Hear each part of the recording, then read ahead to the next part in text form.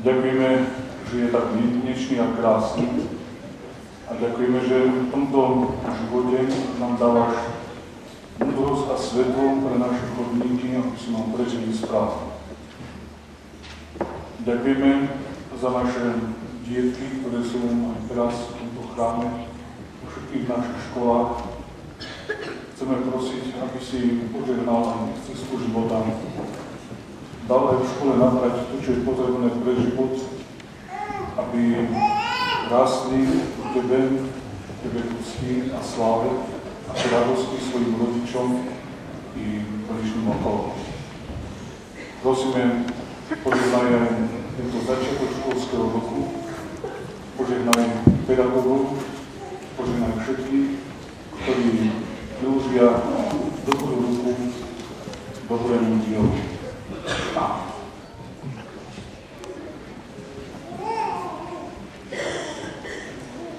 Chceme, bratia a sestry, na týchto slávnostných skúškach Božích pri príležitosti otvorenia školského roku sa zamyslieť nad Božím slovom, ktoré je napísané v Evanjeliu Lukášu 15. kapitole, verše 4 až 6 následujúce.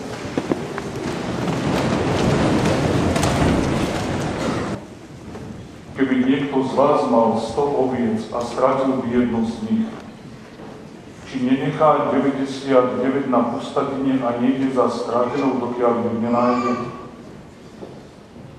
A keď ju nájde, položí si ju s radosťou na plecia. Potom prídúc domov, zvolá si priateľov a susedov a povie: radujte sa so mnou, lebo som si našiel stratenú ovcu. Amen.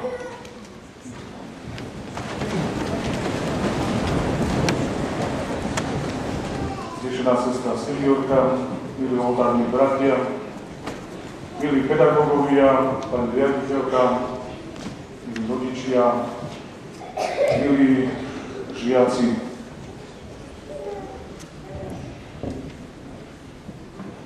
Dnešným dňom zase vstupujeme na pôdu našej cirkevnej školy, aby sa začal vyučujúci proces.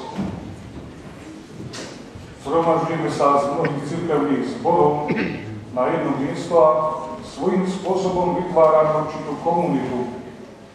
Komunitu tých, ktorí túžia po vzdelaní, komunitu tých, ktorí majú byť vedení za poznaním a vedení k tomu, aby vyrastli z nich skutočne osobnosti po duchovnej, duševnej strane. V prvom ranom kresťanskom zbore, keď sa kresťania stretávali ešte tajne, tak táto komunita vyjadrila svoj vzťah, čo ich drží pokope, čo ich robí zvláštny, tým, že v katakombách malovali obraz. Namalovali obraz dobrého pastiera, Ježiša, ktorý drží ovečku na svojich pleciach. Už táto rána cirkev vyjadrila, že vzťah Pánu Bohu a vzťah k Kristovi je ten dominantný vzťah k niekomu, ktorý ich vedí. Tento obraz pastiera, ktorý bol tak dôležitý pre ránu cirkev, mnohokrát v dnešnej dobe podceňujeme. Mnohí si povedia, no potrebujem ja nejaké vedenie, alebo niektorí povedia, som ja nejaká ovca, ovečka, hlúpa ovečka, či ja nemám dosť vlastného rozumu. V dnešnej dobe je práve tento obraz mnohým nepriateľným, najmä ľuďom, ktorí si myslia, že všetko v živote zvládnu hrávo sami. Takto si môže myslieť rodič, všetko zvládnym hlavou zadnou, vychovám deti, zarobím peniaz. Takto si to môžu dokonca myslieť o vlastných deťoch, lebo v dnešnej dobe mnohí povedia, A netreba deti ani determinovať ničím, žiadnou výchovou, dokonca tobož nie náboženskou, lebo oni vyrastú nejako sami a potom sa rozhodnú, keď sú osobnosti sám o sebe, prečo by sme ich mali nejakým smerom viesť. V živote sú však situácie, kedy človek prichádza do takej určitej chvíle, kedy potrebuje pomoc a vedenie. Nikto z nás nie je absolútne špičkový, aby nepotreboval ruku niekoho, ktorý by ho viedol určitým smerom. Vieme si ako deti predstaviť, aby nás neviedli rodičia, aby nás nevychovávali, aby sa o nás nestarali, aby nám nepovedali milé slovo. Aká by to bola škola, keby pedagógovia nás neviedli a neodkrývali pred našimi očami určité tajomstvá života? A aký by sme to boli ľudia, keby sme nepochopili, že v tomto svete potrebujeme vedenie toho, ktorý je stvoriteľom toho všetkého. Vedenie Boha, o ktorom písmo hovorí, že je dobrým pastierom. A tak vstupujeme na pôdu školy, ktorá má nás viesť. A možno vstupujeme na pôdu, kde chceme, aby Kristus bol dobrým pastierom, aby nás viedol správnym smerom a dával nám dostatočné poznanie pre život,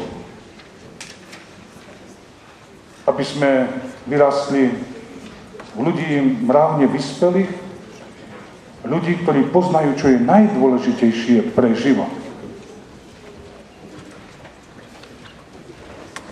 Ak má táto škola takou byť, ak má byť školou, ktorá ukazuje na dobrého pastiera, musí potom táto škola byť miestom, kde má cenu každý jeden jedinec, ktorý je v nej. Podobenstvo, ktoré sme prečítali, ktoré povedal Pán Ježiš, hovorí, že dobrý pastier je ten, ktorý hľadá stratenú ovcu. V podobenstve je napísané, že ostalo mu ešte 99, tie ovečky, ktoré ho počúvali. On sa vyberie za to, ktorá sa zatúla, ktorá ho nechce rešpektovať, ktorá si myslí, že má vlastný rozum a všetko zvládne ľavou zadnou sama. Očakávali by sme, že sa vtedy človek naštve, nahneva a si povie, a veď mám ešte tu na tie ostatné a nepotrebujem sa zapodievať tým, ktorý trucuje a ktorý si robí podľa svojho. Ale dobrý pastier hľadá. A je napísané v tom texte, a dokiaľ ju nenájde, on sa nevzdá. Túto myšlienku by som chcel veľmi zdôrazniť, lebo to, že sa hľadá jedna neposlušná ovečka, že pastier sa na ňu orientuje, napriek tomu, že je obklopený celkom veľkým počtom tých dobrých ovečiek, ukazuje na to, že pre toho pastiera má každá jedna ovečka rovnaký význam a rovnakú hodnotu.